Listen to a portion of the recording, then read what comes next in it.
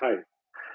Now, as we witness the recent events unfolding in the country of Niger, or people also say Niger, it is evident that the country's overthrow of French neocolonialism has had a major impact on its geopolitics as well as geoeconomic standing. And now France has completely withdrawn its all troops from the country. And I think perhaps this is the first time since 1897 that there are no French troops right now on the soil of Niger.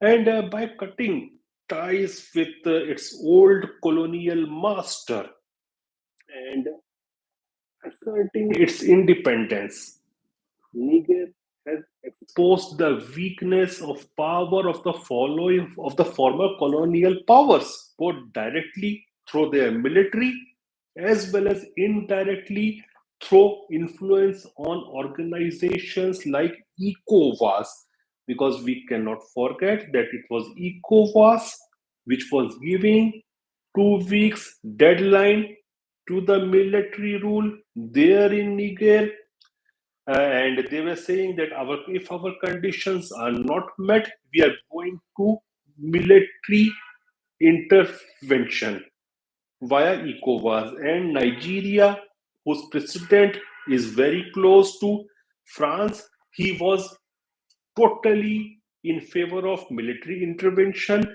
but there were rifts even among ECOWAS as well as in Nigeria on issue of attacking Niger.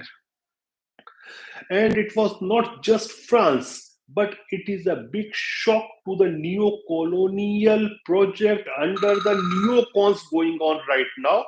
And we saw no less than Victoria Newland, who went there to the Nigerian capital, and perhaps she went with a message that if the new military rulers or the military leadership there in Niger who are having popular public support, and basically that support is coming against the old colonial masters, that if they won't listen then there will be some military action, but they also failed. And if you talk about Victoria Newland, I think perhaps she is more stronger even than Tony Blinken as far as the US foreign affairs are concerned, and definitely she is one of the big heads of neocons.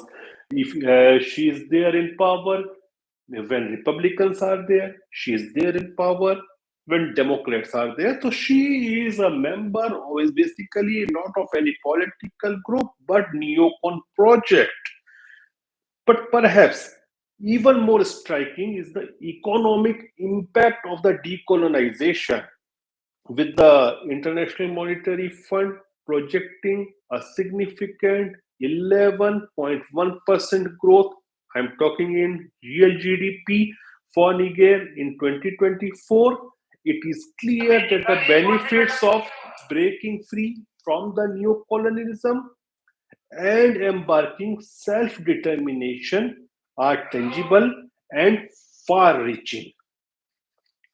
And right now, France is renegotiating the rates of uranium, which they used to purchase very cheap compared to the market rates, the international market rates, because most of the France's nuclear program is based on Nigerian uranium. So they are renegotiating the rates with the Nigerian government now. And actually, these all events serves as a powerful reminder of the importance of decolonization and the need for countries to assert their sovereignty and autonomy.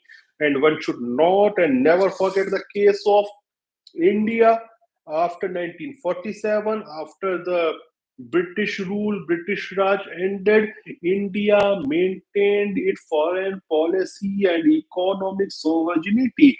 It never worked with any of those masters of any of the Western hegemon. And look at the results today. India is totally sovereign when it comes to making foreign policy decisions. Thank you.